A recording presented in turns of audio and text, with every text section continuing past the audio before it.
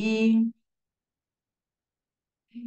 então sejam muito bem-vindas, PPs queridas. Estamos oficialmente começando o nosso workshop do livro Atenção Plena por aqui.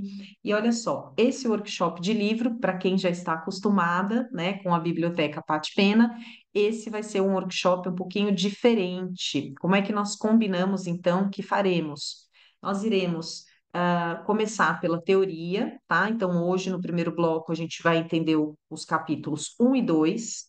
Amanhã, no segundo bloco, a gente vai entender o capítulo 3. E depois, como esse livro, ele é um programa de 8 semanas de transformação para o nosso cérebro, nós faremos esse programa juntas, tá? Então, nós faremos ali a leitura dos 8 passos ao longo de 8 semanas, leitura com prática, combinado? E todo esse material, claro, vai ficar gravado para vocês ali na plataforma, tá? Então, o que que eu vou fazer agora?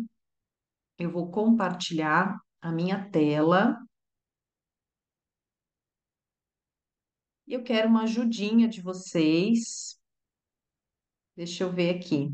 Olha aí, Yolanda, que vai ser a minha ajudante. Eu estou enxergando você, Yolanda. Vamos ver aqui. Me fala se você está enxergando a minha tela, tá? Tá enxergando o mapa mental escrito atenção plena? Tá, ótimo. Então, quem eu estou enxergando aqui é a Yolanda, a Sueli e a Rosângela. Então tá. Pepês, então vamos lá. Sugestão aceita. Hoje a gente visualiza aqui no mapa mental capítulo um e capítulo 2, tá? Vamos começar pelo capítulo um. Vamos lá. Capítulo um, eu já tenho uma leiturinha para vocês aqui na página 10. Como é que a gente vai combinar? A gente vai fazer aqui o capítulo um, vamos fazer um intervalo, tá? E aí a gente volta para o capítulo 2, tá bom? Então vamos lá. Capítulo um. Aqui, quem não está acostumado ainda com a Biblioteca Pate Pena, de vez em quando a gente tem uma marcação, tá? Alguma coisa que eu entenda que seja importante eu ler para vocês no livro. A maior parte do tempo é uma conversa sobre o livro e às vezes a gente tem uma leitura de alguma parte do livro, tá?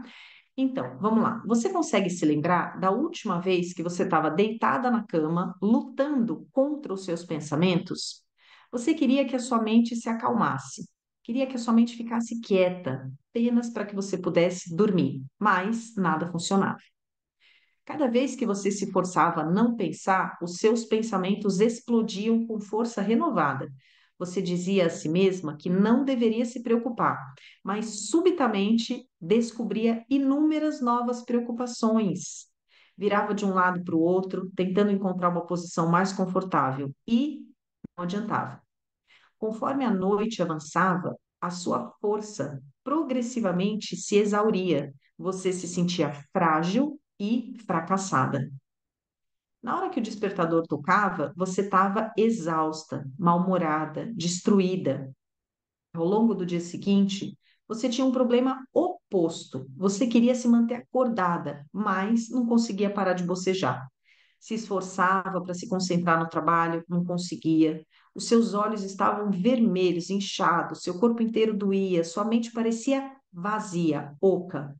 Você fitava pilhas de papéis na sua mesa, esperando que alguma coisa, qualquer coisa, lhe desse energia para enfrentar aquele dia. Nas reuniões, você mal conseguia manter o olho aberto e contribuir com algo minimamente inteligente. Você se sentia cada vez mais ansiosa e estressada. Talvez isso seja comum na sua vida. Por isso a gente escreveu esse livro, para ajudar você a encontrar paz e alegria numa época frenética como a nossa. Ou melhor, encontrar não, redescobrir a paz e a alegria, pois existem profundas fontes de tranquilidade dentro de você, embora estejamos confusos e cansadas demais para perceber. Sabemos que isso é verdade, porque temos estudado esse assunto por mais de 30 anos na Universidade de Oxford e em outras instituições ao redor do mundo. Esse trabalho descobriu o segredo da felicidade sustentada, descobriu meios de enfrentar a ansiedade, o estresse, a exaustão e a depressão. Esse conhecimento era disseminado no mundo antigo e é mantido até hoje em algumas culturas, mas na cultura ocidental, muitas pessoas esqueceram como viver uma vida agradável e alegre. E o pior, se esforçam tanto para ser feliz que acabam desperdiçando seus momentos mais importantes e destruindo a paz que tanto buscam. Escrevemos esse livro para mostrar aonde a felicidade, a paz, a alegria podem ser encontradas e como você pode redescobri-las. Esse livro te ensina técnicas para se libertar da ansiedade, do estresse, da infelicidade e da exaustão. Vamos lá. Aqui, o autor ele traz o site para vocês da editora Sextante, que claro que eu vou postar lá no grupo, porque nesse site estão as meditações gratuitas, tá? Esse é um programa de terapia cognitiva com base na atenção plena, mindfulness. Ele se originou da obra de John Kabat-Zinn, professor e pesquisador da Faculdade de Medicina da Universidade de Massachusetts. E aqui ele traz, depois eu juntei em um outro capítulo aqui para vocês, ele traz alguns dados, bebês, sobre a depressão, tá? Que mais para frente a gente vai ler, mas ainda hoje. Então, esse livro é um programa de 8 semanas. Como a gente combinou aqui, nós faremos esse programa juntas. E logo no início, ele já começa dizendo: você não é os seus pensamentos. Isso aqui na teoria, Pepês, é maravilhoso. Mas nas próximas 8 semanas, a gente vai viver isso aqui na prática. Quando você lê isso aqui, você não é os seus pensamentos. Tá bom, mas eu tenho sido os meus pensamentos. Os meus pensamentos têm me influenciado absurdamente ao longo de todo o meu dia, têm definido o meu dia, tá? Então, como é que eu tiro isso aqui da teoria? Ah, eu não sou os meus pensamentos. E como é que a gente vai trazer isso para a prática? Através da atenção plena. O que que eu queria trazer aqui para vocês, Pepês? Quando meu médico, há muitos anos atrás, me indicou esse livro, eu falei assim: ah, não, não, essa coisa de meditação, eu não fazia nenhuma prática de meditação na época, e eu falei, assim, não fazia com consistência, porque já tinha começado e parado várias vezes, tentado, né? Meditação, quem já fez uma vez e depois não fez mais? Quem já começou, parou? Escreva no chat para mim. Então, é o seguinte, eu falei, não, não. Essa coisa de meditação não dá para mim, não dá. Eu já experimentei, não gosto, né? Não consigo ficar na posição de meditação. Então, aqui é importante a gente entender, Pepês, o que não é isso aqui. Quando a gente fala meditação, inclusive, cada palavra que a gente fala tem um filtro de significado para nós. Isso eu queria trazer para vocês. Isso não está no livro, mas isso é um conceito bate-pena para vocês. Cada palavra que a gente fala tem um filtro de significado para o nosso cérebro. Então, quando eu falo assim, azul, azul, você pensa no quê? Na cor azul. Quando eu falo para você riqueza, né? Você já tem todo um significado para o que é riqueza. Quando eu falo para você tristeza, você já tem um filtro de significado para o que é tristeza. Então, as palavras, elas já carregam um filtro de significado muito forte. O médico trouxe para mim assim, meditação, eu já tinha um filtro de significado muito forte para essa palavra meditação. Então, meditação, eu já imaginava, né? é, Algo relacionado, por exemplo, a ficar sentada na posição de lótus, meditação, algum tipo de meditação religiosa. Pode ser que você, consciente ou inconscientemente, relacione essa palavra meditação a algo que não tem a sua cara, algo que não tem nada a ver com você. Então, esse é o ponto aqui, Pepês. Esquece a palavra meditação e pensa que esse é um livro de exercícios para o seu cérebro. É uma meditação científica, não é uma meditação religiosa, né? Aliás, Pepês, a meditação, ela é uma ferramenta utilizada por várias culturas e por várias religiões, mas ela é uma ferramenta. Ela é uma ferramenta, tá certo? Então, é importante a gente ter é, essa consciência aqui do que é e do que não é, e a gente tomar um cuidado com o nosso filtro de significado. Porque às vezes meditação para você é algo que você nunca vai conseguir fazer, é algo que você não tem consistência, é algo que não tem a ver, com a tua cultura, com os teus hábitos, então você já olha torto, certo? Pode ser que não, pode ser não, Paty, eu já pratico meditação, meditação tem tudo a ver comigo. Mas eu quis trazer esse primeiro comentário para você ficar 100% aberta a esse programa, tá? O que é atenção plena na prática? O que é atenção plena na prática? Página 13. Então vamos lá. Olha que interessante. Quando o autor fala, você não é os seus pensamentos, você pode observar os seus pensamentos enquanto eles aparecem de repente e enquanto eles desaparecem como uma bolha de sabão. Ao se dar conta disso, fica claro que pensamentos e sensações, as emoções, mesmo os negativos, eles são transitórios e que você tem a opção de agir com base neles ou não. Pepês, isso aqui muda a nossa vida. Quando eu entendo que eu não sou meu pensamento, os meus pensamentos são transitórios, não tem nenhum pensamento que vai ficar eterno na sua mente. E aqui vem a cereja do bolo. Quando eu me dou conta disso, que isso aqui é transitório, que isso aqui não me define, aí eu tenho a opção de agir com base no pensamento ou não. Porque a gente tem um caminho que é o seguinte: eu tenho os meus pensamentos, que geram sentimentos, que me impulsionam a tomar uma ação e que geram um resultado. Então, o que acontece? O nosso natural, Pepês, é que o nosso pensamento nos faça agir. Agir de acordo com o quê? De acordo com eles. O seu pensamento, o próximo passo de um pensamento é uma ação. Então, você está o tempo todo tomando ações, às vezes com pensamentos, com base em pensamentos negativos, e aqui, quando a gente entra em estado de atenção plena, o que que é esse estado de atenção plena? É um estado de presença, é um estado de consciência, onde eu começo a perceber: olha, eu estou pensando isso. Olha, eu estou sentindo isso, mas eu não sou esse pensamento. E eu escolho não agir com base nesse pensamento. Eu escolho só observar. A atenção plena consiste em observar sem criticar, sem criticar.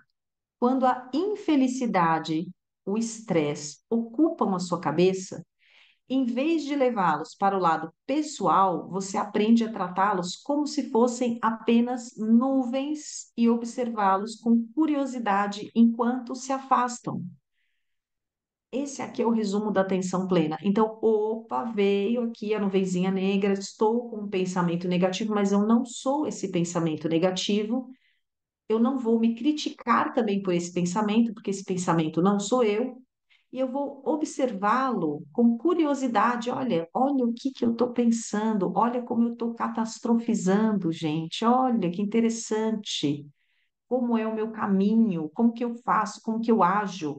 E aí, né, eu vou observá-los com curiosidade enquanto se afastam. Em essência, a atenção plena permite que você capte os padrões de pensamento negativo antes que eles o lancem em uma espiral descendente. Vamos parar aqui, vamos entender isso. Pepês, a técnica da atenção plena, que a gente vai ficar aqui, você vai ficar pró nessa técnica, porque agora a gente decidiu que a gente vai fazer por 8 semanas juntas.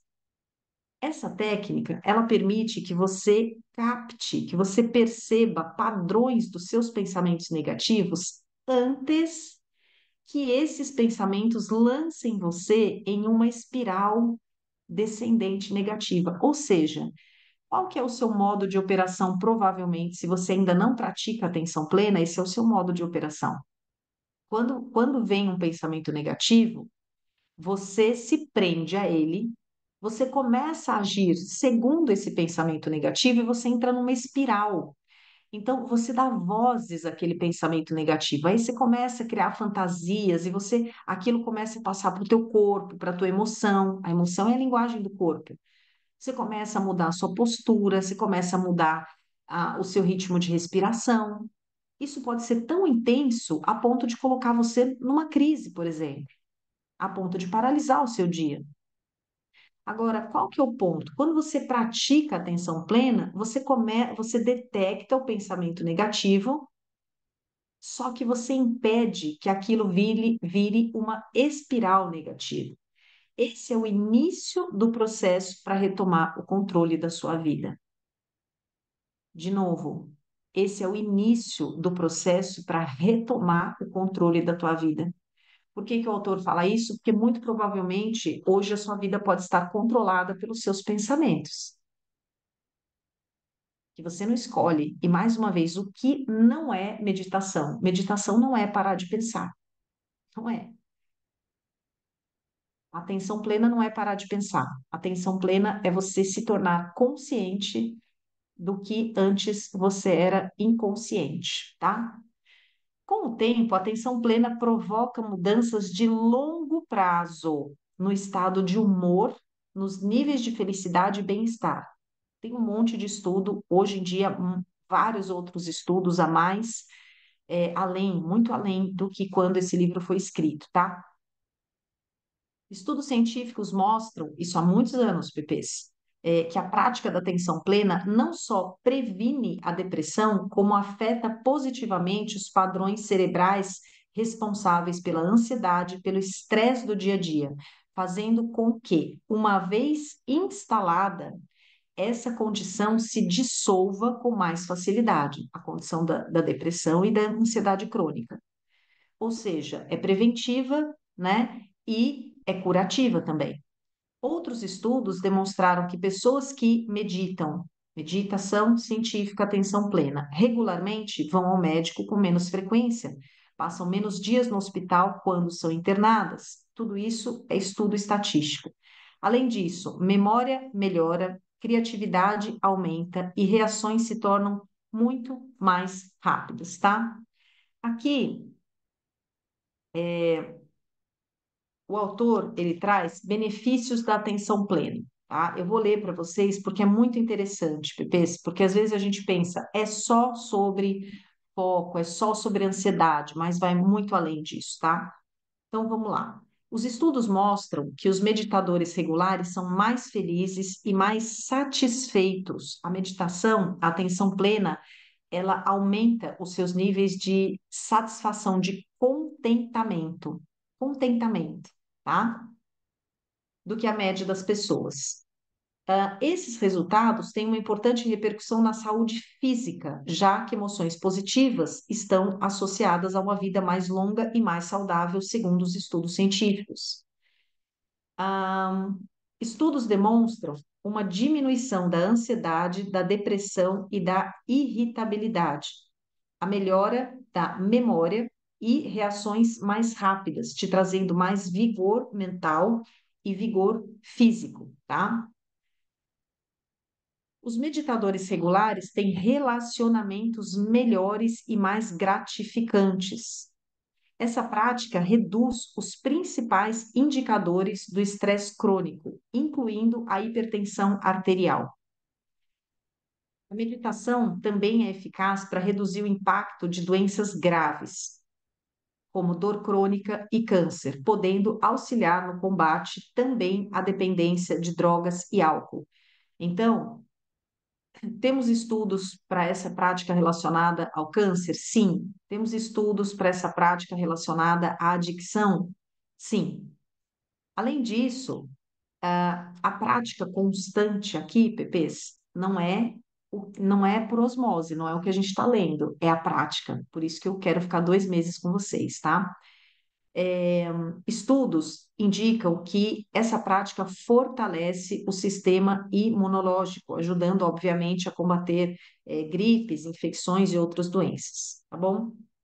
Bom, o que ele traz o que a gente já falou, né? O que não é atenção plena, a meditação não é uma religião, ela é um método de treinamento mental, como se fosse a musculação, como se fosse a academia. Então, não é uma religião, né? Ela não vai te causar nenhum tipo de entorpecimento, vou ficar mole, sonolenta. Muito pelo contrário, né? Essa prática da atenção plena aumenta e muito o nosso vigor, tá? Aqui eu achei super importante trazer para vocês, Pepês, não existe ter sucesso ou ter fracasso nesse processo da atenção plena. Não existe ter sucesso ou ter fracasso, ou seja, não tem nenhuma expectativa que você deva criar. Ai, eu tenho que me sentir assim. Ai, depois da prática eu tenho que me sentir menos ansiosa. Ai, a minha não deu certo. Não tem não dar certo. Isso é muito importante a gente entender antes da gente começar o programa. Não tem não dar certo. Não tem expectativa, não tem, tenho que brecar meus pensamentos, funcionou, não funcionou. Mesmo quando você acha que essa prática não está funcionando, ou seja, eu não estou conseguindo não me fixar aos pensamentos, ela já está funcionando. Só o fato de você perceber que você não está conseguindo parar de se fixar a um pensamento, né? Esse já é o processo da atenção plena. Então, isso aqui é libertador, porque não há nada que você deva esperar em relação a essa prática, tá? E aqui também, o que não é difícil, é uma coisa que você pode praticar atenção plena no ônibus, no metrô, no banho. Atenção plena, Pepês, depois que a gente passa por essas semanas e através do poder do pouquinho, a gente vai internalizando isso. O que que eu tenho para falar para vocês? Atenção plena se torna um estilo de vida. Você que já é minha aluna aqui nos programas PP, você já sabe que a gente tem alarme emocional a cada 2 horas nos meus programas. Da onde veio esse alarme? Eu faço esse alarme há mais de uma década, mas da onde veio? Esse alarme veio daqui, ó. Esse alarme veio desse livro. Esse alarme veio desse livro. Depois que eu li esse livro e que eu comecei a praticar os exercícios, é, é claro, a gente pratica esse exercício uma vez por dia, né?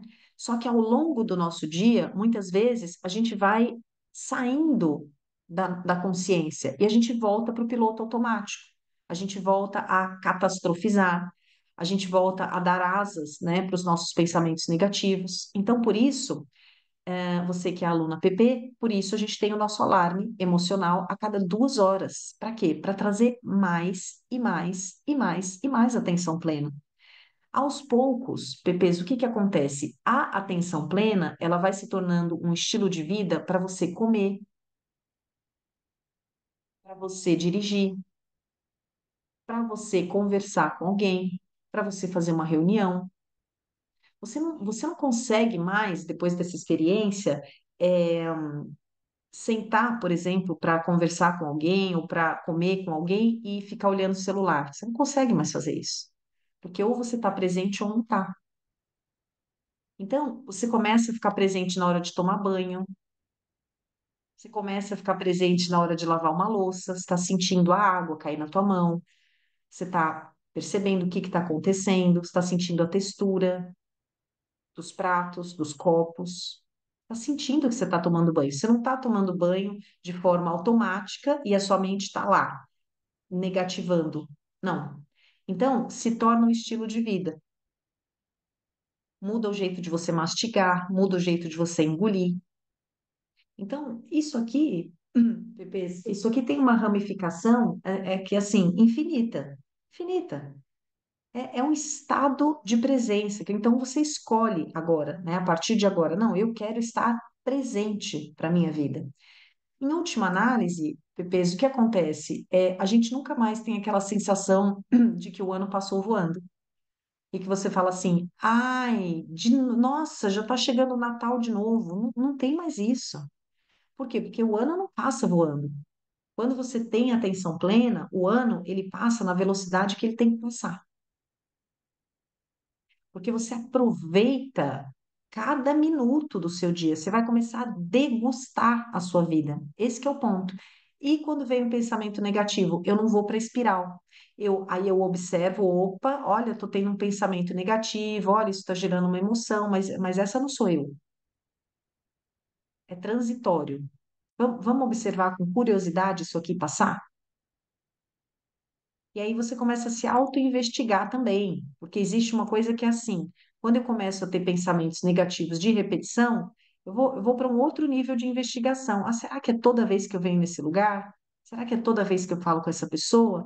Você começa a se tornar consciente não só daquele pensamento negativo, mas do que gera, da fonte. Porque às vezes pode vir do nada, mas às vezes não é do nada. Às vezes é você que está lá na rede social só vendo notícias sobre guerra, sobre desgraça.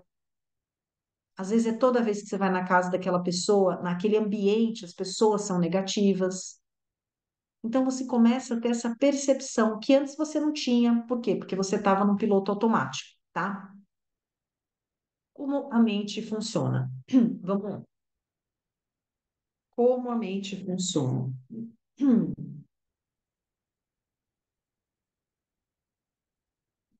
Bebês, olha que importante. Quando a gente entende como a nossa mente funciona, fica claro por que nós temos surtos de infelicidade e estresse de tempos em tempos. Muitas vezes a gente está triste e aí a gente procura meios de resolver o problema. Tentamos descobrir a causa dessa tristeza. Olha, procura não ficar distraída, porque essa parte aqui é muito importante. E essa parte a gente aprendeu diferente disso aqui. A gente aprendeu que a gente tem que resolver as nossas emoções. A gente aprendeu que quando a gente está triste, a gente tem que resolver. Então, essa parte aqui, eu vou começar a ler de novo e fica no foco comigo, porque é bem importante. Então, quando a gente entende como a mente funciona, fica claro porque às vezes a gente tem surto de infelicidade, de estresse, etc. Quando a gente está triste, a gente procura meios de resolver o problema. Qual o problema? A tristeza. Tentamos descobrir a causa dessa tristeza e tentamos encontrar uma solução. Nesse processo, Pepês, quando a gente tenta descobrir a solução, por que eu estou triste, estou sentindo uma tristeza, por que que eu estou?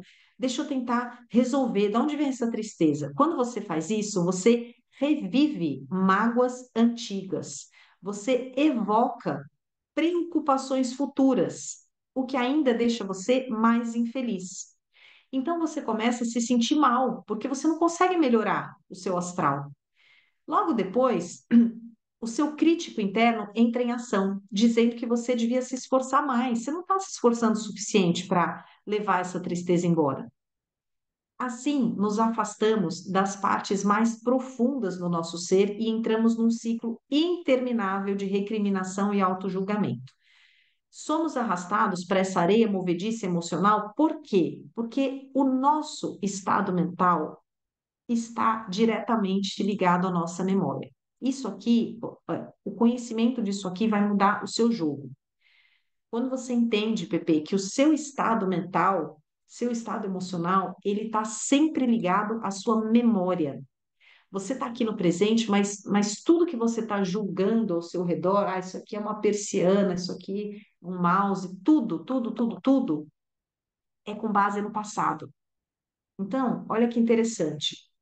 A sua mente fica o tempo todo percorrendo lembranças para encontrar aquelas lembranças, aquelas memórias que reflitam o seu estado atual. Por exemplo, se você se sente ameaçado, na mesma hora a sua mente vai trazer à tona várias lembranças de quando você se sentiu ameaçada no seu passado, para poder detectar semelhanças e achar um meio de escapar. Isso acontece de forma instantânea, sem que você perceba, é uma habilidade básica de sobrevivência do teu cérebro que foi aperfeiçoada por milhões de anos de evolução. Isso é incrivelmente poderoso e é impossível de deter. Pepês, o que que ele está querendo explicar aqui? Olha só, quando você fica triste e você tenta resolver a sua tristeza, o teu cérebro ele vai buscar na biblioteca dele todas as vezes que você ficou triste. Você não percebe isso, você não vai lembrar de todas as vezes que você ficou triste.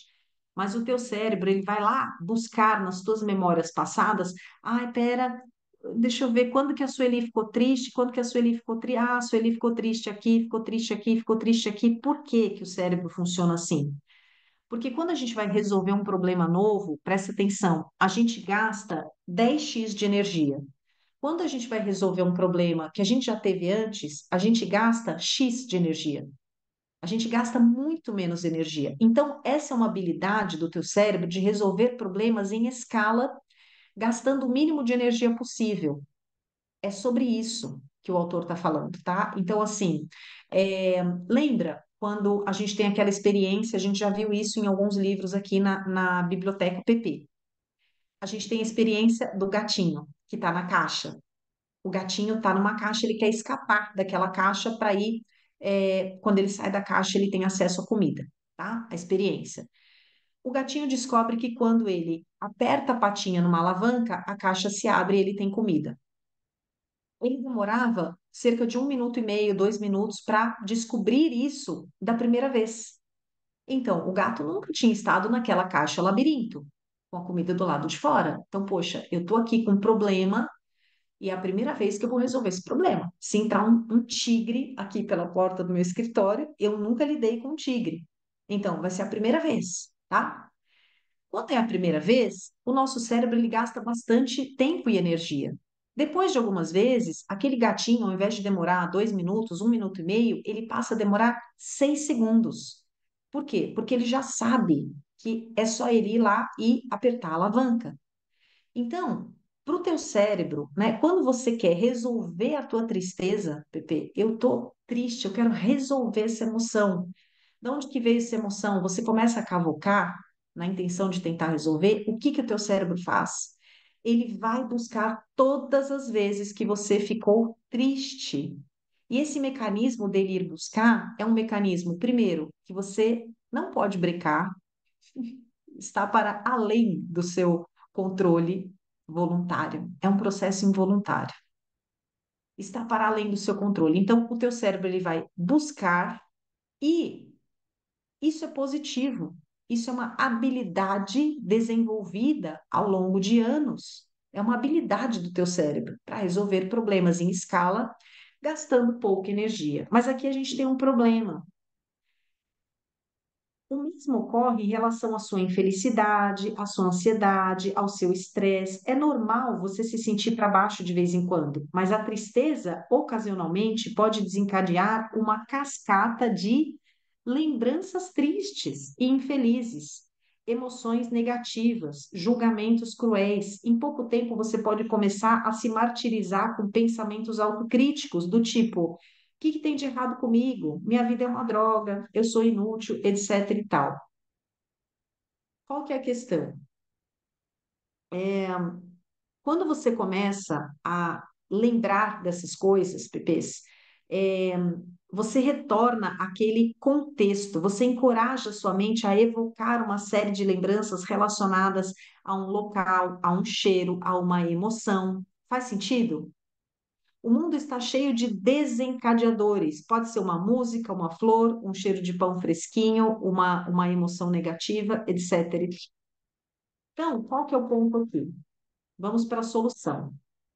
Os exercícios, meditação da atenção plena, ensinam você a reconhecer lembranças e pensamentos prejudiciais assim que eles surgirem. Esse exercício faz você dar conta de que lembranças não passam de lembranças e não são reais e não são você. Você aprende a observar os pensamentos negativos no momento em que eles surgem e vê-los evaporar diante dos seus olhos. Quando isso ocorre, uma sensação profunda de felicidade e paz invade você. A mente também é consciente. Não apenas você pensa sobre as coisas, Pepês, mas você tem consciência de que você está pensando. Quando a gente faz esse processo, esse exercício, que a gente vai fazer durante 8 semanas, a gente vai trazendo clareza mental. A gente começa a enxergar as coisas com uma consciência pura, sincera, com distanciamento. Esse é um lugar que o autor chama de posto privilegiado, que é o posto da observação, que a gente vai ver amanhã, tá? Aqui, quando a gente está nesse lugar, presta atenção, a gente desarma o gatilho que nos faz reagir de imediato, tá? Então, Pepês, isso é maravilhoso, porque eu posso impedir esse processo do meu cérebro ir buscar um monte de lembranças de tristeza? Não. mas eu posso não começar esse processo. Como que eu não começo esse processo? Não tentando resolver uma emoção. Qual que é o resumo aqui para vocês? Emoção não é um problema a ser resolvido. Isso tem que ser uma nova premissa na sua vida. Emoção não é um problema a ser resolvido. Pensamento não é um problema a ser resolvido, Pepe. Ou seja, quanto mais você tenta resolver, mais você vai criando a cascata. Você já entendeu que tentar resolver uma emoção abre esse caminho de que o cérebro vai fazer. Deixa eu buscar todas as vezes que a Yolanda ficou triste, deixa eu buscar todas as vezes que a Yolanda ficou com pânico, tá certo? E aí você reforça aquilo que você quer resolver. Ou seja, tudo que eu coloco atenção cresce. Quanto mais eu tento resolver a tristeza, mais triste eu fico. E aqui a gente tem um processo científico, uma explicação científica, é uma evolução do nosso cérebro. Agora, Paty, então por que que isso é uma evolução? Quando que isso é bom? Sabe quando que isso é bom? Isso é bom quando você está de fato querendo resolver um problema. Um problema. Estou querendo resolver um problema prático aqui na minha casa. Estou querendo resolver um problema prático aqui nas minhas finanças. Eu estou querendo resolver um problema. É o gato saindo da caixinha. Mas quando aquilo é um problema. Então a gente tem que dar um passo atrás e entender um pensamento negativo, uma emoção negativa, não é um problema a ser resolvido, tá? Então, o processo da cascata emocional. Aqui, nosso estado mental está 100% ligado à nossa memória, que é o que nós vimos agora. O cérebro quer determinar semelhanças para achar resolução em escala. E aqui que é o grande perigo, que é o que acabamos de falar. Ou seja, o cérebro só vai determinar semelhanças, né, com eventos passados para tentar achar uma solução em escala se eu enxergar isso como um problema. Então, Pepes, mais uma vez, aonde está a nossa cura aqui, a nossa solução? Emoção não é mais problema. Tudo bem até aqui? A gente vai fazer agora um intervalo, tá? Vamos fazer um intervalo aqui de, preferem 10 ou 15 minutinhos? Vocês vão beber água, vão ao banheiro, 10 ou 15? Vocês que mandam.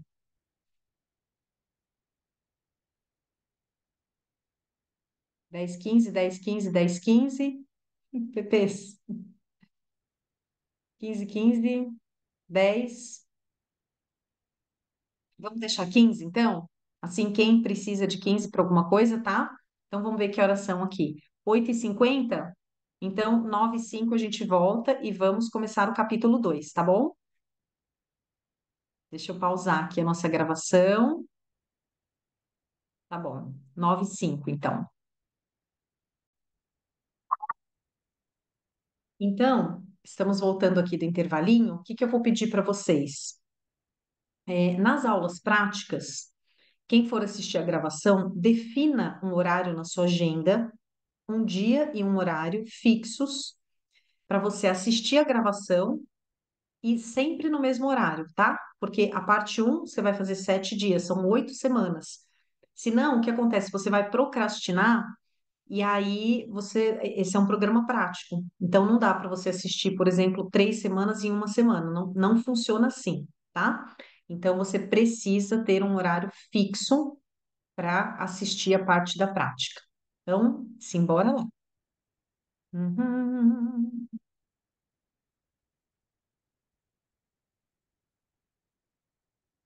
Vamos voltando no nosso mapa. Sueli e Yolanda, estão vendo o nosso mapa? Ah, então tá bom. Vamos ver aqui. Então, terminamos nosso capítulo 1, né? Bora lá para o nosso capítulo 2.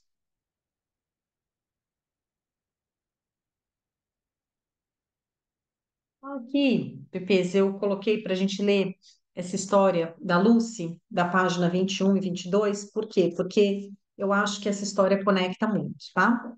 Então, vamos entender aqui.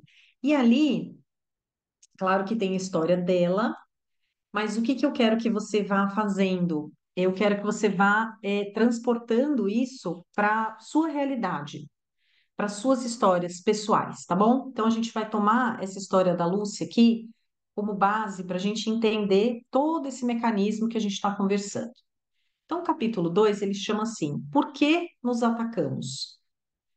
Aí ele vai contar a história da Lucy. Aparentemente, a Lucy era uma representante de vendas bem-sucedida de uma rede de loja de roupas. A Lucy, ela estava se sentindo paralisada na vida. Às 3 da tarde, olhando pela janela do escritório, ela se sentia como, gente, estressada, exausta, totalmente indisposta. E ela se perguntava assim: por que que eu não estou conseguindo fazer meu trabalho direito? Por que que eu não estou conseguindo me concentrar? Aliás, o que que tem de errado comigo? Eu estou muito cansada, eu não consigo nem pensar direito. A Lucy, ela vinha se punindo com esses pensamentos de autocrítica constantemente.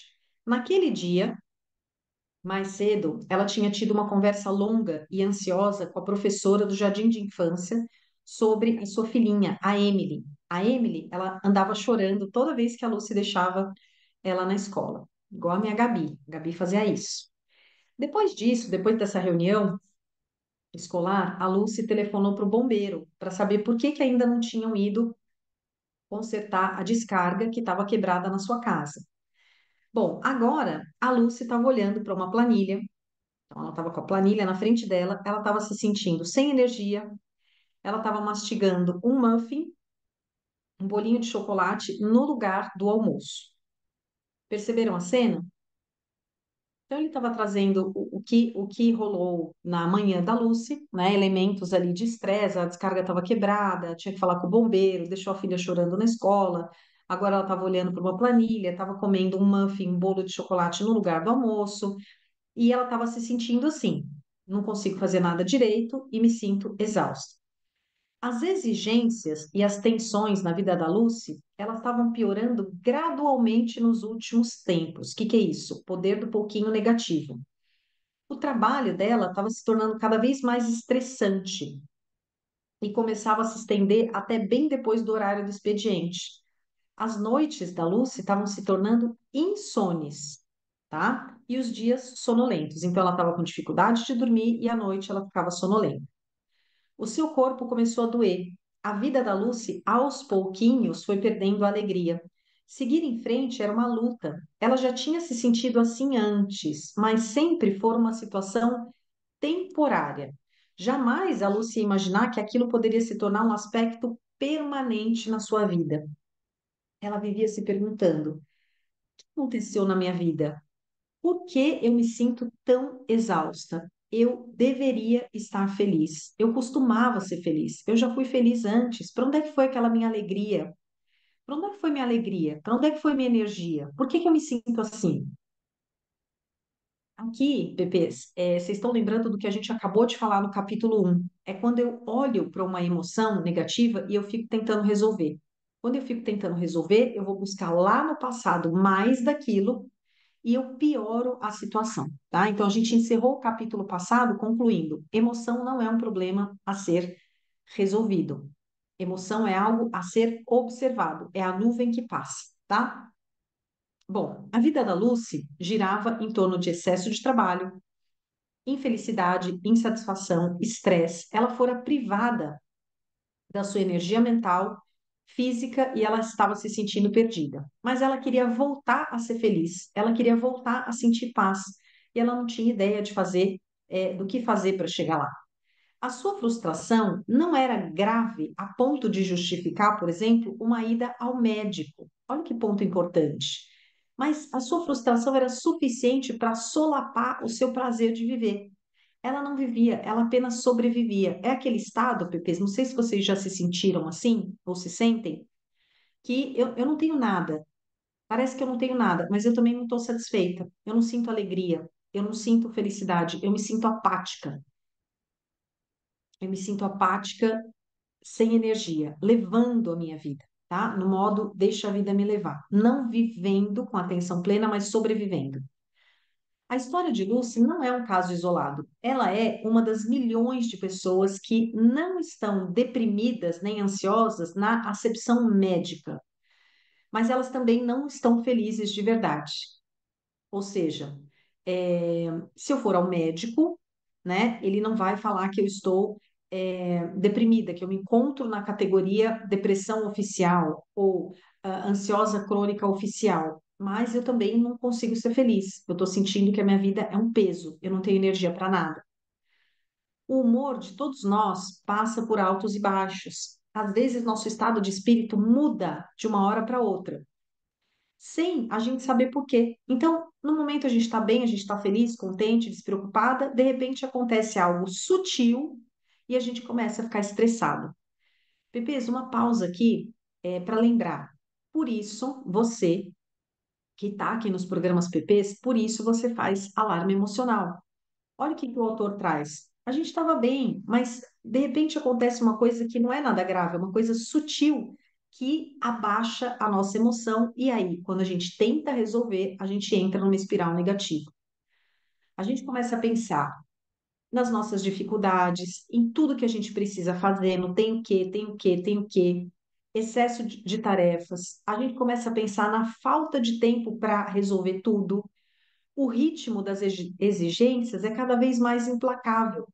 E nesse estado, a gente fica cansada o tempo todo, de forma que a noite de sono não revigora.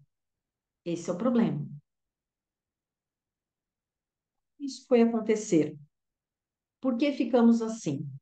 Então, Pepe, depois ele traz aqui um estudo falando sobre a depressão. A depressão vem cobrando um alto preço no mundo moderno. Acredita-se que 10% da população deve ficar clinicamente deprimida nos próximos 12 meses. Esse livro é antigo, né? Esse número aumentou exponencialmente, tá? Então, qual que é o ponto aqui que ele está trazendo? Mais uma vez, a gente volta lá no capítulo 1. Tudo que eu coloco, a tensão cresce. Esse estado, Pepe, não é algo a ser resolvido. E aqui existe um movimento hoje que é o seguinte: nós temos, Pepês, acesso a muito mais conteúdo, muito mais informação do que a gente pode digerir. Então, primeiro ponto, a gente tem acesso a muito mais informação do que a gente pode digerir. Quando eu fico consumindo muita informação, informação, informação, informação, eu vou gerando um barulho mental no meu cérebro. Esse barulho mental me estressa, me adoece. E aqui a gente tem um ponto. Conhecimento sem ação gera opressão. Então você começa a consumir conteúdo para tudo quanto é lado, só que você não faz nada com aquilo. Quem é empreendedor aqui? Quem é empreendedora? Quem aqui no marketing digital tem muito esse movimento? É coisa, é tanta estratégia, é tanto guru do marketing digital que uma coisa que era para ser benéfica para você se torna um pesadelo, se torna motivo de burnout, de você estafar, porque é tanta estratégia, tanta informação que você não sabe o que fazer com aquilo. E isso, Pepês, é para todas as áreas da nossa vida. Então, qual que é a questão aqui? Poxa, eu fui mãe, então eu quero aprender sobre maternidade. Tudo bem, mas tem um monte de gente falando sobre maternidade. As visões são muito diferentes. Tem muitos cursos, tem muitas mentorias, tem muitas metodologias. Elas são conflitantes entre si. E aí você começa a aprender aquilo e às vezes você aprende tantas coisas, você fala, nossa, eu estou tão distante disso, que a sua autoestima começa a baixar. Ou você quer emagrecer, ao invés de você ir no simples, você começa a estudar um monte de tipos de dietas e você segue um monte de programas nutricionistas diferentes, mas você não faz o que é básico. O que que é básico? Básico é você comer quando você está com fome fisiológica e sair da mesa ainda com um pouquinho de fome, mastigar até virar líquido, descascar mais e desembalar menos, gastar energia, movimentar seu corpo. Isso são coisas básicas. Então você não precisa entupir a sua mente de conhecimento para você emagrecer. O que que é o básico para você ter um negócio bem-sucedido? É você fazer as coisas necessárias com capricho, com organização, com tempo de BC, que é bumbum na cadeira. Escolhe uma metodologia, um plano de negócios e segue. Quando você escolheu, definir um plano de negócios, você segue aquele e fecha, igual um cabresto aqui, ó, se fecha para outras coisas. Porque toda escolha, Pepês, envolve uma renúncia. Então é isso. Não, eu estou educando meus filhos dessa maneira. Ah, mas você, mãe tem uma tendência gigantesca à culpa. Culpa e punição, culpa e punição. Sempre a gente acha que a gente não está sendo uma boa mãe, ou que a gente não está sendo suficiente, ou que tudo que acontece na vida dos nossos filhos é nossa culpa. E às vezes, Pepe, essa abordagem de pessoas falando sobre maternidade, de cursos, etc. e tal, reforça em nós essa culpa. Nossa, então eu tinha que fazer isso quando meu filho. Era até os 7 anos, nossa, agora minha filha está com 16, então lascou-se. E o acúmulo disso, Pepe, vai gerando na gente um sentimento de infelicidade. Um sentimento de parece que você está sempre fazendo a coisa errada. Quem tem essa sensação? Vai escrevendo aqui para mim. Por outro lado, você fica na FOMO. O que que é a FOMO? É o Fear of Missing Out. Ou seja, tradução, medo de estar perdendo alguma coisa. Você tem informação disponível que o fato de você estar aqui agora comigo está fazendo você perder 50 outras lives, 100 outros programas. E tá tudo bem. Toda escolha envolve uma renúncia. Eu não posso estar por dentro de tudo. Então, quando você perceber que você está na FOMO, você não sabia de tal coisa? Não, eu não sabia. Por quê? Porque eu estou focada só no pouco que me interessa. É o foco. Focar-se em uma única coisa e sentir paz em ter pendências. Sentir paz em não estar por dentro de tudo.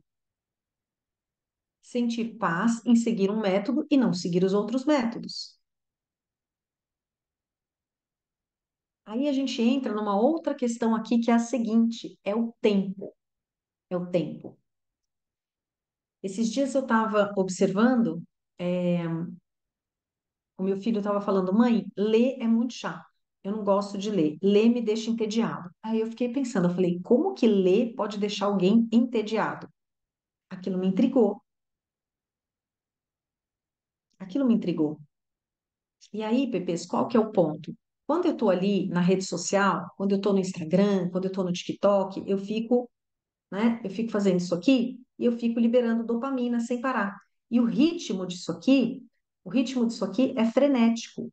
Então eu vou acostumando o meu cérebro com esse ritmo frenético e eu vou saindo daquele tempo que é o tempo natural, o tempo saudável. Eu vou me desconectando desse tempo natural.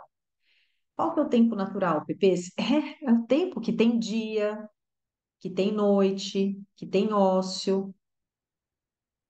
Esse tempo aqui é muito mais rápido do que o nosso tempo natural. Aí a gente tem outras coisinhas que vão acontecendo, por exemplo, um acelerador de áudio do WhatsApp, um acelerador de vídeos para você assistir o vídeo no YouTube mais rápido. Então, sem perceber, a gente vai acelerando tudo ao nosso redor, e aí, é claro, por que que meu filho acha que ele fica entediado lendo? Porque a gente não consegue acelerar o nosso tempo de leitura. Mesmo para você que tem treino em leitura dinâmica, eu também tenho treino em leitura dinâmica, mas existe um tempo mínimo, que é o tempo dos nossos olhos, que é o tempo, percebe? É um tempo mínimo. Então, qual que é o ponto aqui, Pepês? A prática da atenção plena, ela nos reconecta com o nosso tempo natural, tá? Então, ela tira a gente desse lugar de ansiedade, ela tira a gente desse lugar do tenho que, do excesso de tarefas, do estou sempre atrasada. Quem aqui sente que está sempre atrasada, está sempre devendo alguma coisa, nunca dá conta de fazer tudo aquilo o que está previsto. Então, aonde está o erro? O erro está em você ou o erro está naquilo que está previsto? Aonde está o erro, Pepe? O erro não está em você. O erro está naquilo que está previsto. Muito possivelmente, você está criando uma agenda para a Mulher Maravilha e não para você. Então, nós estaremos juntas aqui por 2 meses. Essa foi a nossa decisão. Deu-se dessa forma. Nos próximos 2 meses, eu quero que você que já é aluna do programa PP, a gente está fazendo um outro processo por lá, estamos cuidando de sono. Você que não é aluna, eu quero que você comece a rever a sua agenda. Ao longo dessas 8 semanas de atenção plena, se você não é aluna PP, eu quero que você comece a rever a sua agenda. Para de criar uma agenda para a sua versão Mulher Maravilha executar. PPs, a gente tem que afogar a Mulher Maravilha.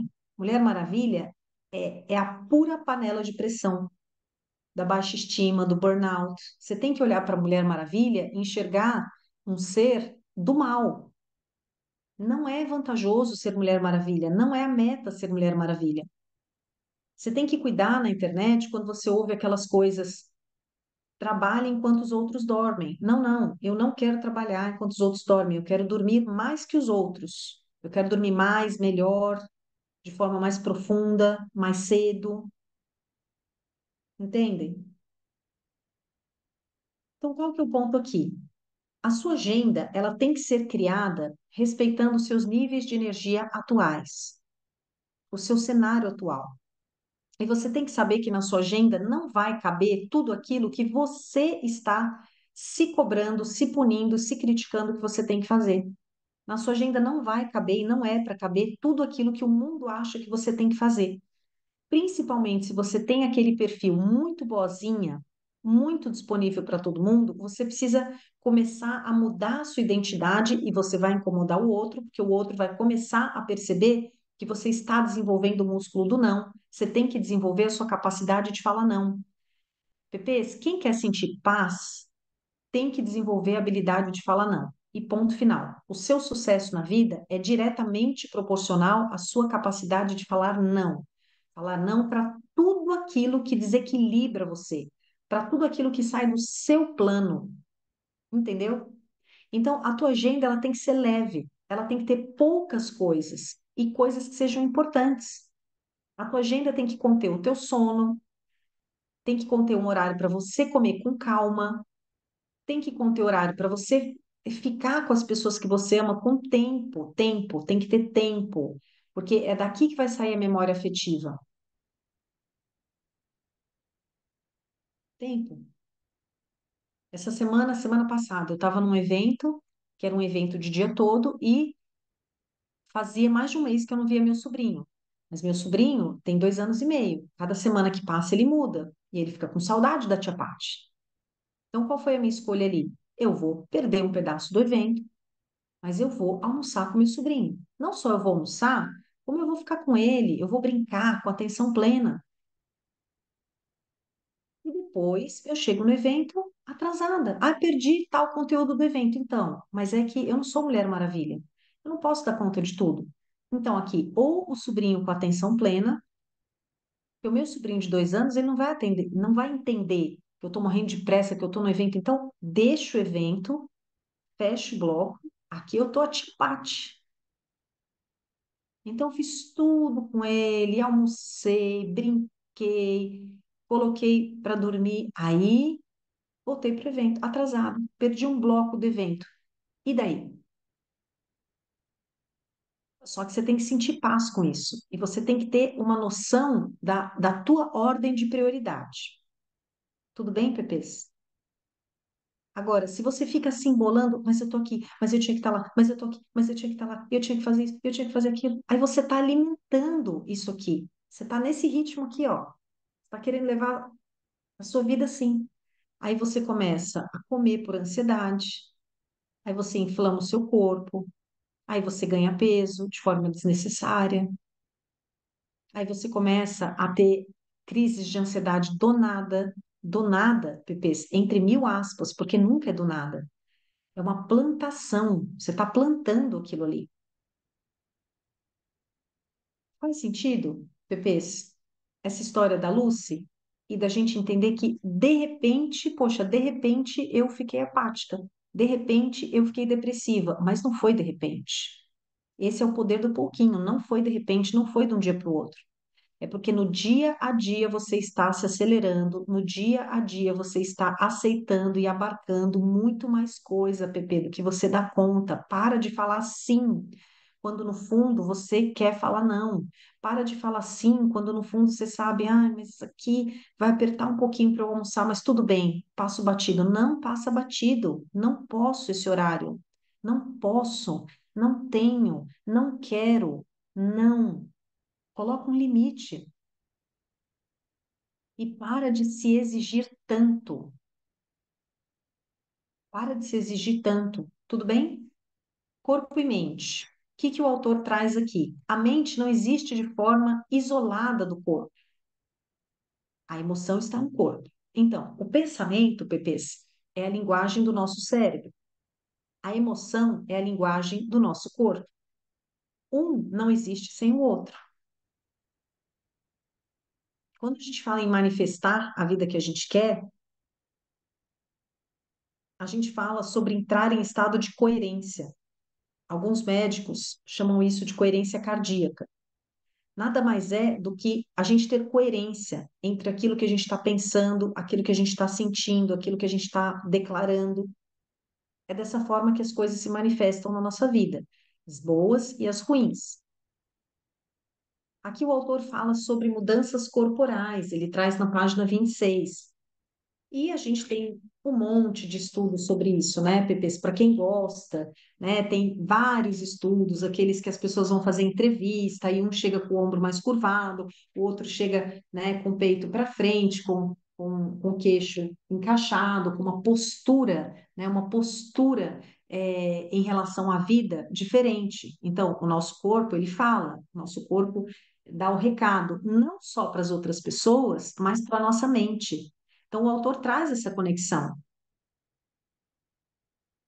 Então, eu posso começar pelo corpo e eu posso começar pela mente, tá certo? Quando eu arrumo a minha postura, coloco o meu ombro para trás, quando eu coloco eu paro de ficar curvando a minha cabeça, paro de ficar curvando o meu ombro, quando eu coloco um sorriso no meu lábio, quantos estudos a gente já tem sobre isso? Bem específicos sobre terapia do riso, estudos que vieram depois desse livro, inclusive. Terapia do riso, inclusive quando você não tem nenhum motivo para sorrir e você faz um riso forçado. Porque nesse movimento aqui, ó, nesse movimento aqui, ó, que às vezes é forçado, a gargalhada, como a gente começa a gargalhada? De forma forçada. Mas, Paty, eu tô com depressão, mas só faça. Por quê? Porque você vai ter liberações hormonais extraordinárias. Extraordinárias. Tudo começa com o movimento do lábio, depois se você for fazer, e eu recomendo que você faça diariamente, terapia do riso, você vai começar com uma gargalhada forçada, você vai começar assim, ha, ha, ha, ha, ha, ha, até que isso, uma hora vai virar uma gargalhada, e você vai ter uma liberação inimaginável, Pepe, de hormônios. É uma cadeia. Então, ele fala sobre terapia do riso, ele fala sobre postura corporal, ele fala sobre como a nossa mente influencia o nosso corpo e o nosso corpo influencia a nossa mente, tá? E que um não vive sem o outro. Página 26 aqui. Pesquisadores descobriram que pessoas deprimidas caminham mais devagar e balançam menos os braços. A parte superior do corpo de uma pessoa deprimida não sobe e nem desce muito, tende a balançar de um lado para o outro. Ela faz um movimento mais lateral do que vertical. Além disso, os estudos constataram que voluntários deprimidos andavam com a postura curvada, inclinada para frente. É claro que a má postura não é apenas o resultado de estar deprimido, mas sente agora por alguns instantes com os ombros caídos, com a cabeça baixa. Então, você faz o teste e você vai curvar a sua cabeça para frente e os ombros para frente. Observe como você está se sentindo. Se você vê que o seu humor piorou, agora você se senta de forma ereta, com a cabeça e o pescoço equilibrados sobre os ombros e veja a diferença no seu humor, que é nítido, Pepês, certo? Aqui. Aqui já vimos terapia do riso, mesmo forçado. Vamos lá. Olha que interessante. Para compreender melhor o poder da interação entre o corpo e o estado de humor, os psicólogos Fritz Strack e Leonard Martin e também Sabine Stepper pediram a um grupo de pessoas que assistisse a desenhos animados e depois avaliasse ali num grau numérico, né? O quão engraçados esses desenhos eram. Alguns voluntários tiveram que colocar um lápis entre os lábios, sendo forçados a franzir os lábios, fazer uma cara de triste, assim. Os outros assistiram aos desenhos com os lápis entre os dentes, simulando um sorriso, assim, tá? Os resultados foram impressionantes. Aqueles forçados a sorrir acharam os desenhos, no nível numérico, muito mais engraçados do que aqueles que fecharam a cara. Todos sabemos que sorrir demonstra que estamos felizes, mas, convenhamos, é surpreendente descobrir que o ato de sorrir, então, é o que vem primeiro, o ovo ou a galinha? Tudo bem, quando eu estou feliz, eu sorrio e antes veio a emoção, mas o caminho inverso também acontece, os estudos demonstram. E como eu falei para vocês, depois da edição desse livro, a gente teve muitos outros estudos científicos só pesquisando a terapia do riso, tá bom, Pepês? Foi surpreendente descobrir que o oposto acontece, ou seja, o ato de sorrir, mesmo que de forma mecânica e forçada, pode torná-lo feliz. Esse é um exemplo perfeito de como são estreitos os vínculos entre a sua mente e o seu corpo. Sorrir também é contagioso, ou seja, o simples ato de você sorrir vai deixar você contente, ainda que seja um sorriso forçado, e isso vai também contaminar as outras pessoas. E aqui também tem a questão do neurônio espelho, tá? Depois, Pepês, o que que ele fala aqui? Ele vem falar sobre ameaças. Bom, o tigre é real, né? A gente sempre fala assim, uma coisa é o nosso medo, o medo é uma potência, o medo tem a função de nos proteger, né? A única questão, Pepes, é quando a gente se sente ameaçada no meio do dia, fazendo nada. Por exemplo, agora, eu começo a sentir uma crise de ansiedade, eu entro em estado de luta ou fuga, como se tivesse um tigre aqui. Será que essa ameaça é externa? Tem alguém ameaçando me bater? Ou será que é uma ameaça interna? Esse é um ponto, Pepes, olha só. Ao sentirmos uma ameaça, a gente fica tenso, pronto para lutar ou para fugir. Essa é a reação luta ou fuga. Ela não é consciente, tá? Ela é controlada por uma parte do cérebro primitiva. O cérebro, ele não faz distinção, é importante você saber disso, entre uma ameaça externa, como o tigre que a gente falou, e uma ameaça interna. O que pode ser uma ameaça interna, Pepês? Uma lembrança incômoda, uma preocupação futura, como eu vou pagar o boleto, já é uma ameaça. Então, o teu cérebro, o que que você tem que saber? O teu cérebro trata as duas como um perigo equivalente.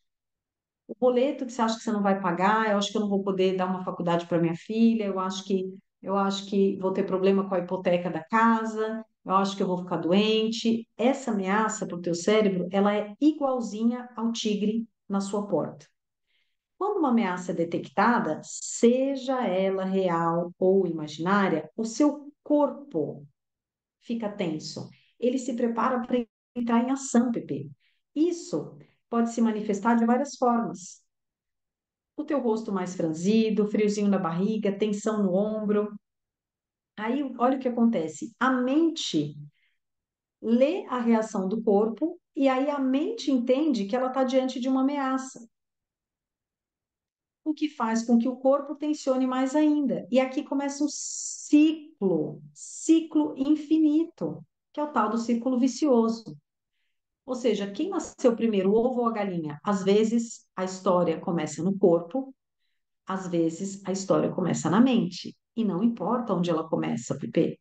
O que importa aqui para nós é a prática da atenção plena breca esse negócio. Porque às vezes eu comecei no corpo, eu estou me tensionando, aí a minha mente está entendendo, opa, ela está se encolhendo toda, tem perigo aqui. Aí a mente começa a reativar o corpo, então é uma reação em cadeia. Vocês estão entendendo? Já falamos sobre isso aqui, né? Emoções não são problemas a serem resolvidos. Aqui, Pepe, ele fala mais sobre isso. E olha que interessante. Quando a gente se preocupa, peraí, isso mesmo. Quando a gente se preocupa, quando a gente fica com medo de alguma coisa, seja ela real ou imaginária, a gente começa o processo de luta ou fuga no nosso cérebro. Mas aí, uma coisinha que a gente já viu no capítulo um acontece. O seu cérebro começa a percorrer o quê? As suas lembranças, as suas memórias, em busca de algo que explique por que a gente está se sentindo daquele jeito. Assim, se a gente se sente tensa ou em perigo, a nossa mente vai desenterrar memórias de ocasiões passadas em que a gente se sentiu ameaçada. E depois ela cria cenários do que poderá acontecer no futuro se a gente não conseguir explicar o que está acontecendo agora. O resultado disso é que os sinais de alerta do cérebro são ativados não só pelo perigo de agora, mas por tudo que aconteceu no seu passado e pelas preocupações futuras. Estudos recentes feitos a partir de tomografias cerebrais confirmam que pessoas que sentem dificuldade de viver no presente e têm rotinas muito agitadas possuem uma amígdala cerebral em alerta máximo. Pepês, a amígdala cerebral é essa área do cérebro que eu expliquei para vocês que é a área primitiva, que está ligada a esse movimento de luta ou fuga. Quando você sente esse pânico, essa ansiedade, é a sua amígdala que está trabalhando. Então, o que que esses estudos cerebrais demonstram? Que pessoas que estão muito ligadas ao passado, que é a maioria, quem está no piloto automático está onde? No passado, Pepe. Porque tudo que você faz no piloto automático, você traz essa informação, esse filtro da onde? Do seu passado. Ou pessoas que estão criando muita projeção futura, elas tendem a ter essa área do cérebro primitiva muito mais desenvolvida. Em qual sentido? Pessoas que estão o tempo todo em estado de luta ou fuga. Qualquer micro gota d'água desencadeia em você uma crise de ansiedade, uma crise de pânico. Você está o tempo todo pronta para lutar ou para fugir. É como se o tempo todo tivesse um tigre te ameaçando e você não consegue relaxar. Você não consegue sentir paz. Ou se você sente, é algo muito superficial. Bom, o que que acontece, Pepês? Quando você está em alerta máximo o tempo todo, e você fica trazendo à tona lembranças de ameaças, de perdas antigas, e aí você junta o perigo atual, o nosso mecanismo de luta ou fuga, ele não é desativado quando a ameaça passa. Ao contrário de um tigre, a gente não para de correr nunca. Então, anota isso aí. Qual que é o perigo? O perigo é que esse mecanismo de luta ou fuga não é desativado quando a ameaça passa. Então, você começa a ficar em estado de luta ou fuga, mesmo quando não tem nenhuma ameaça. É para você se sentir assim, nossa, alguém está correndo atrás de mim na rua. Tudo bem, eu vou entrar em estado de luta ou fuga, por quê? Porque isso é saudável, é o meu mecanismo de proteção. Mas a hora que eu dobrei a esquina, a pessoa parou de correr atrás de mim, vai demorar uns minutinhos e eu vou voltar para o meu estado natural. E aí a amígdala apaga, desacelera. Só que o que que acontece na prática? Não acontece isso. Você fica o tempo todo nesse estado de luta ou fuga. Então, a forma com que reagimos pode transformar emoções temporárias em não problemáticas em dores persistentes, incômodas, grandes, tá? Olha aqui, ele faz um teste que é muito interessante. Enquanto você está lendo esse livro, ou seja, agora, percebe aí se você sente, faça isso agora, Pepe. Percebe se você sente algum sinal de cansaço no seu corpo. Faça isso agora. Comece a observar a fundo. Toma consciência do seu cansaço. Quem está sentindo um cansaço? Pode ser um cansaço físico, um cansaço mental. Vai prestando atenção nesse cansaço, nessa falta de energia. Comece a se perguntar agora: por que que eu estou me sentindo tão exausta? O que que eu fiz de errado? É um CG, ó. O que que vai acontecer se eu não conseguir me livrar desse cansaço, dessa falta de energia? Por que que eu estou tão cansada? O que está acontecendo comigo? O que que vai acontecer comigo se eu continuar ficando tão cansada com essa falta de energia? Estão pensando nisso, bebês? Não é para escrever, é para pensar. Pensa sobre o seu cansaço. Pensa sobre o seu cansaço. Por que que eu estou tão cansada? Por que que eu estou com tanta falta de energia? O que que será que eu estou fazendo de errado? Agora preste atenção. Como você se sente agora? Você se sente pior. Isso acontece com todo mundo. Porque, aliado a essas perguntas, existe um desejo de você se livrar do cansaço e descobrir as suas causas. O impulso de explicar e expulsar a exaustão deixou você mais exausta. De novo, o impulso de explicar e expulsar a exaustão deixou você mais exausta. É o que a gente viu no capítulo 1. Emoção não é um problema a ser resolvido. Tudo que eu coloco atenção cresce. O que eu não tenho que fazer quando eu me sinto exausta? Eu não tenho que me focar na exaustão, como você acabou de fazer agora. Certamente, ao se focar na exaustão, você vai se sentir mais exausta. Certamente, a tentar explicar a exaustão, a infelicidade, a tristeza, você manifesta mais daquilo, certo? E não é por um motivo do além, Pepês. É fisiológico, tá? O mesmo vale para uma série de sentimentos, como a infelicidade, a ansiedade e o estresse. Quando estamos infelizes, é natural a gente tentar descobrir a razão por que a gente está se sentindo assim. E a gente tenta resolver um problema. Acontece que tensão, infelicidade, exaustão não são problemas. Então, de novo, suas emoções não são problemas a serem resolvidos. Emoções não podem ser resolvidas, emoções podem ser apenas sentidas. Se você percebeu essas emoções e abandonou a tendência de explicá-las ou resolvê-las, o que que começa a acontecer? Elas vão desaparecer sozinhas, como aquela nuvem, tá bom? Essa parte é muito importante a gente entender. Quando você tenta resolver o problema da infelicidade ou de qualquer outra emoção negativa, você mobiliza uma das ferramentas mais poderosas da sua mente, que é o pensamento crítico racional. Funciona assim: você se vê num lugar, você sabe, você está sentindo que você está infeliz, por exemplo, você está lá numa viagem. Aí você está numa viagem de família, você já está se cobrando aqui. Gente, pera, estou numa viagem, eu paguei por essa viagem, é minha obrigação ficar feliz aqui, deveria estar feliz nesse lugar, mas eu estou sentindo uma emoção negativa. Aí você já começa, você entra nisso que o autor chama do processo crítico racional. Pera, eu estou infeliz, mas eu devia estar feliz. A sua mente analisa o hiato, PPZ, é o intervalo entre esses dois polos. Estou infeliz, mas deveria estar feliz.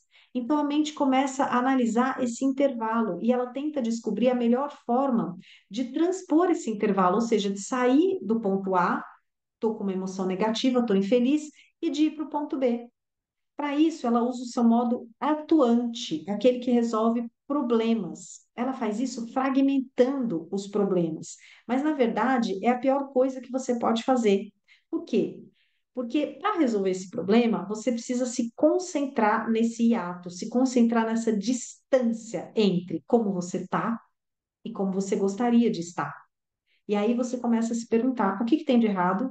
Por que que eu estou nessa viagem e eu não estou feliz? O que que tem de errado comigo? Aonde foi que eu errei? Por que que eu cometo sempre os mesmos erros? Faz sentido?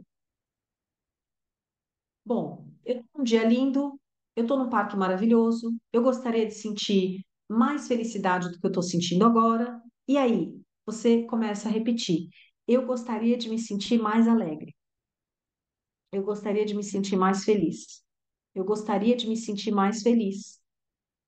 Como é que você se sente, Pepe, depois de ficar falando? Eu tinha que estar mais feliz, eu gostaria de me sentir melhor, gostaria de me sentir com mais energia.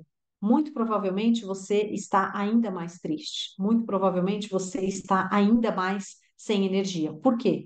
Porque você se concentrou no hiato, na distância entre como você se sente e como você gostaria de estar se sentindo. Concentrar-se nessa distância realça a distância.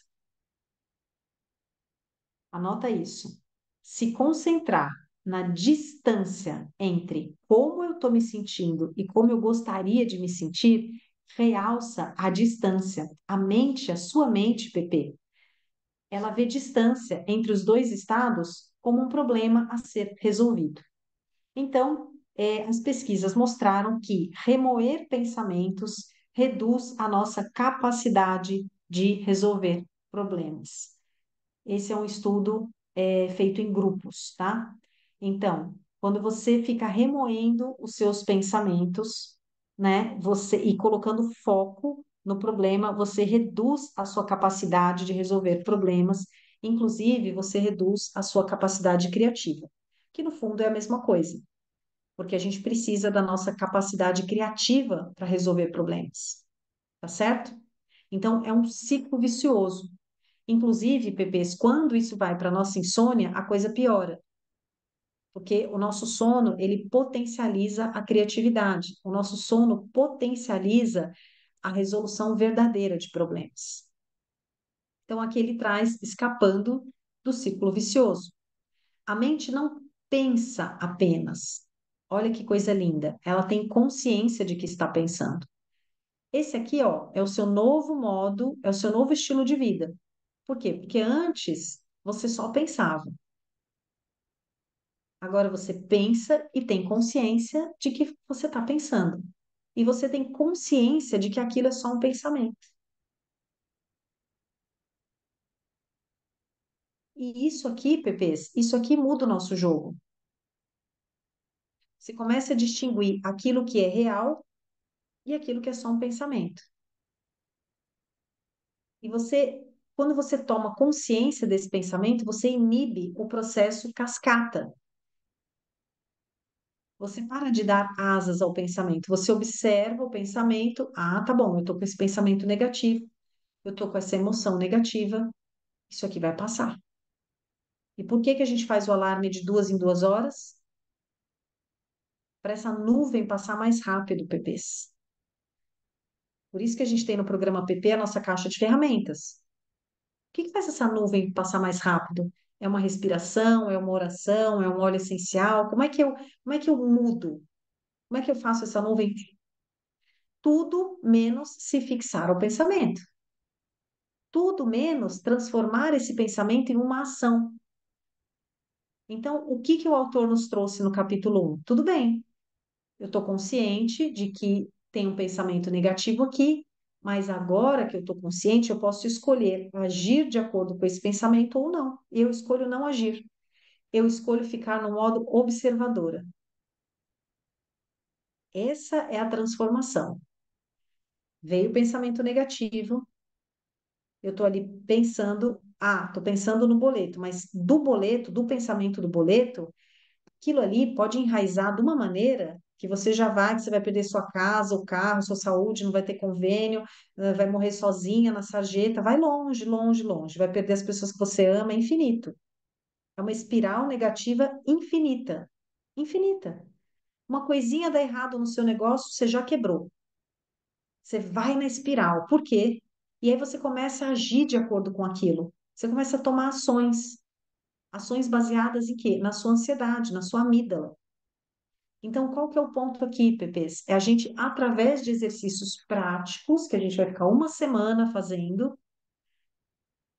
a gente ficar cada vez mais, a gente ter domínio sobre isso aqui, ó.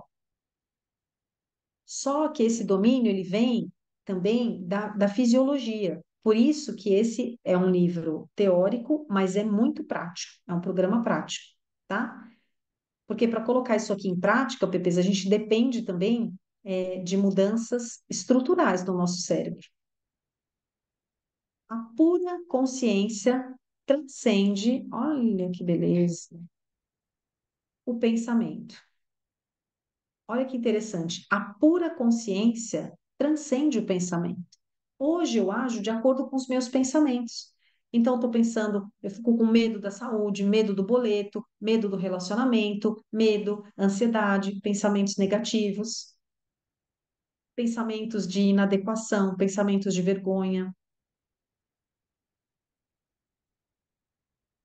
E aqui, a pura consciência transcende o pensamento, ou seja, eu não só penso, mas agora eu tenho consciência de que eu estou pensando e eu escolho o que eu vou fazer com aquele pensamento.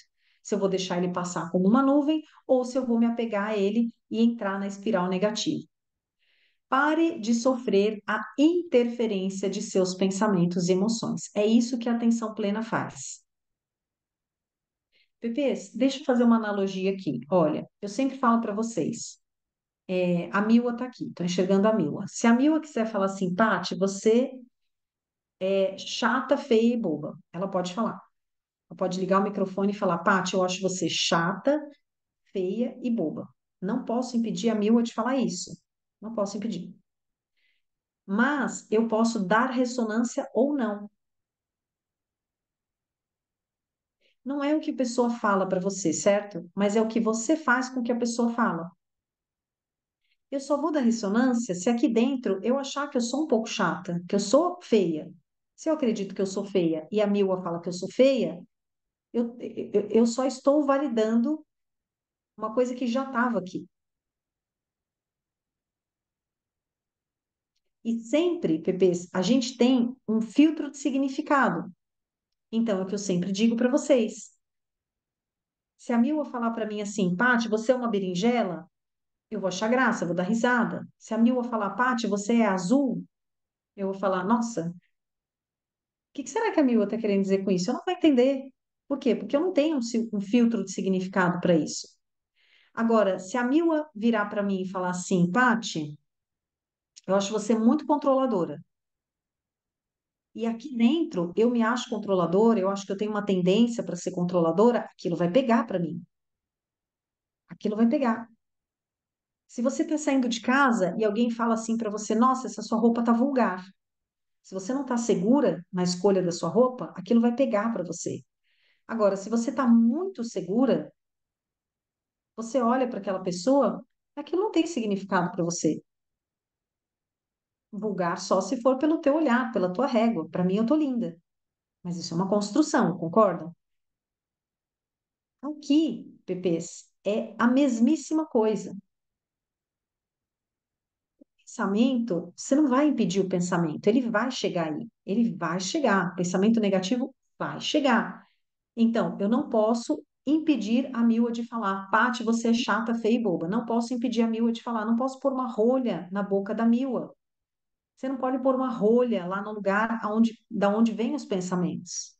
Só que eu posso escolher o que eu faço com isso. E aqui, Pepês, a prática da atenção plena, ela vai te trazendo esse superpoder. Paty, falo que é um superpoder. Qual é o superpoder? É parar de sofrer a interferência dos seus pensamentos e emoções. Porque, Pepês, como vivem a maioria das pessoas? Quase todas. elas vivem exatamente assim, sofrendo o dia inteiro a interferência de pensamentos e emoções. É assim que as pessoas vivem. Então, o que que a prática da atenção plena me traz? Ela pausa esse processo. Eu vou parar de sofrer interferência dos pensamentos e emoções. Como? Aí aqui, com a prática da atenção plena, que é olhando aquilo de fora e falando: isso é um pensamento, mas isso não me define. Eu não sou esse pensamento, eu não sou essa emoção, isso é transitório. Depressão e atenção plena. Aqui ele fala, o autor traz alguns estudos científicos, que a prática da atenção plena constante foi tão eficiente para a depressão como antidepressivos, porém sem efeitos colaterais. Aqui ele indica a prática das 8 semanas, que é a que a gente vai fazer. Ele traz alguns outros dados aqui na página 23. Vamos ver aqui. Da página 23, Pepês, eu não vou ler para vocês, sabe por quê? Porque esses dados, eles estão desatualizados, tá? Esses dados, eles já são muito maiores hoje, tá? Os dados da ONU são completamente maiores do que esses aqui que ele colocou. Como o livro é antigo, ele coloca a Organização Mundial da Saúde estima que a depressão será o segundo pior problema de saúde global em 2020, tá bom? Então a gente não vai ler essa página, a gente vai ler as páginas 50 e 51, que dizem respeito aos estudos científicos, que também hoje em dia a gente já tem outros, tá? Sobre a prática da atenção plena e a depressão. Pesquisas mostram que um curso de 8 semanas, que é esse que a gente vai fazer, com base na atenção plena, que está no núcleo do programa desse livro, reduz substancialmente a incidência de crises depressivas. De fato, ela reduz a chance de recaída de depressão de 40 a 50% nas pessoas que já tiveram depressão 3 ou mais episódios antes, tá? Trata-se da primeira demonstração de que um tratamento psicológico, iniciado enquanto as pessoas ainda estão bem, conseguem impedir uma recaída. No Reino Unido, o Instituto Nacional de Excelência Clínica recomenda terapia cognitiva com atenção plena, que é essa que a gente vai fazer, para aqueles que têm histórico de 3 ou mais crises de depressão nas suas diretrizes para gestão de depressão. Pesquisas de Maura Kenny e Stewart também indicaram que essa forma de terapia pode ser uma estratégia eficaz para as pessoas que não apresentam melhora clínica com outros tratamentos, como medicação antidepressiva ou TCC, terapia cognitiva comportamental. Meditação da atenção plena versus antidepressivos. Com frequência, nos perguntam se a atenção plena pode ser usada junto com medicamentos antidepressivos ou no lugar deles. A resposta às duas perguntas é que sim. Pesquisas da clínica do professor Kees van Heeren, em Ghent, na Bélgica, sugerem que a atenção plena pode ser realizada mesmo enquanto as pessoas estão sendo medicadas. Essa prática reduz as chances de recaída de 68% para 30%, embora a maioria, uma proporção semelhante nos grupos de terapia cognitiva e no grupo controle, estivessem tomando antidepressivos, tá? Quanto a outra questão, se essa prática da atenção plena pode ser uma alternativa, né, ao invés de tomar o medicamento, William Kunken e seus colegas da Universidade de Exeter demonstraram que as pessoas que abandonaram o uso de antidepressivos e fizeram o programa de 8 semanas ficaram tão bem ou melhor do que aqueles que prosseguiram apenas com a medicação. Tá bom, Pepês? Então, alguns estudos aqui para vocês. Ele termina esse capítulo falando sobre a depressão. O que que eu digo para vocês, Pepês? Apenas façam. Façam sem expectativas. Eu quero contar um pouquinho para vocês como que foi para a gente fechar aqui, né? Que a gente já passou 3 minutinhos. Eu quero contar para vocês como que foi a minha experiência inicial com esse livro. Quando eu comecei esse programa de 8 semanas, faz muitos anos, eu estava muito ansiosa pelos resultados, porque, obviamente, eu li esses estudos e eu queria ter uma melhora geral no meu quadro. Eu eu comia muito por ansiedade, né? Eu comia o dia inteiro, eu comia muito açúcar por ansiedade, então eu queria diminuir essa ansiedade, queria conseguir vencer o vício da comida através da atenção plena. Tinham alguns episódios específicos na minha vida que aconteciam que me tiravam do meu eixo, né? Eram como se fossem episódios assim que, se acontecesse aquilo, na hora eu entrava em estado de luta ou fuga. Amígdala, lembram?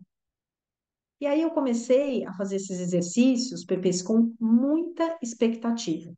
Assim, logo no primeiro dia eu já fiz, eu já falei assim, eu tô me sentindo mais relaxada, mas a minha vida continuava igual. Aí passou uma semana, falei, bom, já fiz um oitavo aqui desse programa, não tô vendo diferença. Eu já fui ficando assim, chateada. E aí, Pepes, o que aconteceu? Terminei as 8 semanas, passou-se um mês. Eu falei, bom, não está mudando em nada a minha vida, esse livro aqui, mais uma coisa que não vai adiantar nada, continuo comendo. Eu falei, deve ser os 90 dias, né? Vamos esperar os 90 dias para a inserção de um novo hábito, vamos lá. 3 meses, nada aconteceu. Mas, Pepes, eu fui extremamente disciplinada com essa prática da atenção plena. Fui e sou até hoje, há mais de uma década. Eu vou contar para vocês que, depois de 8 meses praticando esses exercícios da atenção plena, e achando que nada estava mudando na minha vida, eu fui exposta a uma situação que anteriormente me causaria um pânico imediato, uma reação de luta ou fuga imediata. 8 meses depois. E, para minha surpresa, Pepês, nada aconteceu. Nada aconteceu. E naquele dia eu tive a certeza absoluta. Eu falei, meu Deus, alguma coisa aconteceu dentro do meu cérebro. Eu não sou mais a mesma pessoa. 8 meses depois. O que que eu falo para vocês, Pepês? O que que eu sempre falo para vocês aqui nos programas, quando a gente fala sobre o poder do pouquinho? Sempre existe o movimento oculto e a gente precisa respeitar o movimento oculto. Então, quando você planta uma semente, você não pode ficar ansiosa, porque não está saindo nada dessa terra, não estou vendo nada, não estou vendo nada, está dando errado.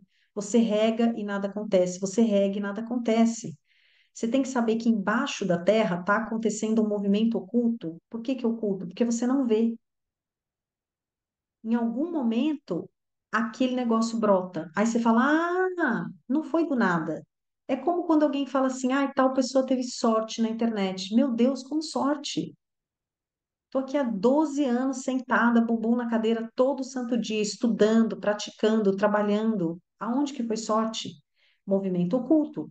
Mas quando você ganha uma premiação, quando acontece alguma coisa, olha como ela teve sorte. Não, não é sorte. É porque tem muito movimento oculto atrás que você não viu. Então, às vezes, você começa ali a sua dieta e você fica na balança. Você fala, a dieta não está adiantando, não está adiantando, não está adiantando. Só que a dieta é o fruto que você quer ver. E o movimento oculto? E o seu intestino desinflamando, o seu corpo inteiro desinflamando, e tudo que está acontecendo dentro do seu corpo, aí de repente faz. Você começa a desinchar, eliminar peso. De repente, mas não foi de repente. Enquanto você estava fazendo ali a sua dieta, os seus exercícios, estava acontecendo um incrível movimento oculto. Só que você ainda não estava vendo o resultado. E sempre tem, Pepes, um turning point, aquele momento que a água ferve, aquele momento que o gelo derrete por uma diferença de 1 grau. Por uma diferença de 1 grau, o gelo derrete. Por uma diferença de 1 grau, a água ferve. Então, vai ter aquele momento que é a diferença de 1 grau, que para mim, eu percebi com 8 meses. Eu não sei. Pati, e se você tivesse sido exposta a essa situação, depois de 4 meses? Não sei, porque não foi o que aconteceu. Então, não posso te dizer. Mas quando eu tive a percepção, opa, o negócio aqui mudou depois de 8 meses, quando eu fui exposta. Então, o que que você tem que saber? Você tem que saber que desde o primeiro dia que você começar a praticar os exercícios de atenção plena, teu cérebro vai começar a mudar a fisiologia do teu cérebro. Então, Pepês, só pratiquem, sem ficar colocando uma expectativa gigantesca. Por quê? Porque vai acontecer uma mudança. Só que você tem que fazer todo dia, como tudo, né? É o poder do pouquinho. Por isso que eu não quis, ler com vocês todos os capítulos e deixar para vocês fazerem sozinhas. Por isso que a gente vai fazer juntas, semana a semana, tá? Para vocês terem esse acompanhamento.